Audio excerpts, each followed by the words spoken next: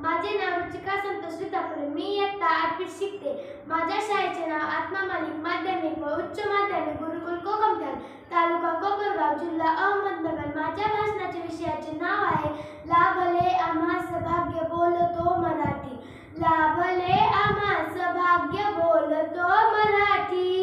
लाभले आम्हास भाग्य बोलतो मराठी. जाहलो खरेच धन्य ऐकतो मराठी. जाहलो खरेच धन्य ऐकतो मराठी. धर्म पंथ जात एक मानतो मराठी. धर्म पंथ जात एक मानतो मराठी. एवढ्या जगात माय मानतो मराठी. एवढ्या जगात माय मानतो मराठी.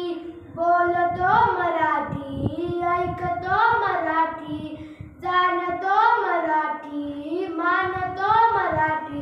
सुरेश भट यांनी या कवितेतून आपल्याला मराठी मातीचा अभिमान स्पष्टपणे सांगितलेला आहे. प्रत्येकाला मराठी मातीचा अभिमान हा वाटलाच पाहिजे. हो, मला अभिमान आहे की मी मराठी मातीचा जन्म घेतल्याचा. हो, मला अभिमान आहे मी मराठी बोलत असल्याचा. हो, मला अभिमान आहे मी मराठी शिकत असल्याचा. हो, मला अभिमान आहे की मी मराठी असल्याचा. आणि हो, मराठी असल्याचा अभिमान हा प्रत्येक मराठी माणसाला वाटलाच पाहिजे. महाराष्ट्राची राज्यभाषा ही मराठी आहे. मराठी भाषेतील साहित्य हे विपुल प्रमाणात आहे.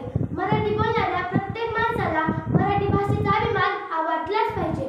मग तो माणूस कोणत्याही जातीचा असो किंवा तो कोणत्याही धर्माचा असो. मराठी भाषेला समृद्धीची मान्यता ही सर्वांनी मिळवून दिलेली आहे. संत ज्ञानेश्वर म्हणतात, माझ्या मराठी भाषेमध्ये एवढे मोठे सामर्थ्य आहे की ती अमृतालाही पैजावर जिंकेल. माझी मराठी भाषा ही नदीप्रमाणे प्रवाही आहे. त्यामुळे मी माझ्या भाषेतील सर्व शब्द सामावून घेतो. नदीप्रमाणे प्रवाही असलेली माझी मराठी भाषा ही सर्वांना सामावून घेते. मराठी भाषेला राजभाषा दर्जा प्राप्त झालेला आहे. पण आज प्रत्येक ठिकाणी मराठी भाषा बोलली जात आहे का? इंग्रजी भाषेच्या वर्चस्वामुळे मराठी भाषा नष्ट होते की काय याची भीती मनामध्ये निर्माण झालेली आहे. कारण प्रत्येक क्षेत्रात इंग्रजी भाषा ही मराठी भाषेला मागे टाकून पुढे चाललेली आहे. कोणत्या जर व्यक्तीने फार इंग्रजी बोलली तर तो व्यक्ती खूप हुशार, त्याची नोकरी पक्की, ही परिस्थिती आजच्या समाजात निर्माण झालेली आहे. याला आपलेच लोक जिम्मेदार आहेत. मराठी बोलतात आणि आपल्या मुलाला इंग्रजी माध्यमाच्या शाळेत शिकण्यासाठी टाकतात. माझा विरोध हा कोणत्या माध्यमाला किंवा यंत्रणेला नाही, परंतु प्रत्येक शाळेतून मराठी हा विषय अनिवार्य असलाच पाहिजे. मराठी भाषा ही किती परिपक्व व शोभिवंत आहे हे विद्यार्थ्यांच्या मनात रुजवण्यासाठी आपण बाल संमेलन व ग्रंथ प्रदर्शन आयोजन केलेच पाहिजे. उपलब्ध साधनाच्या माध्यमातून मराठीचा गौरव सर्वत्र पसरलाच पाहिजे. प्रत्येकाने जर आपल्या घरामध्ये चांगल्या प्रकारे मराठी बोलली तर मुलांच्या मनात मराठीविषयी आदर निर्माण होईल. उपलब्ध साधनाच्या माध्यमातून जर मराठीतून झाले तर शेतकरी आधुनिक पद्धतीने शेती करू शकतो. उद्योग क्षेत्राचे माध्यम जर मराठीतून झाले तर गावे ओस पडणार नाही आणि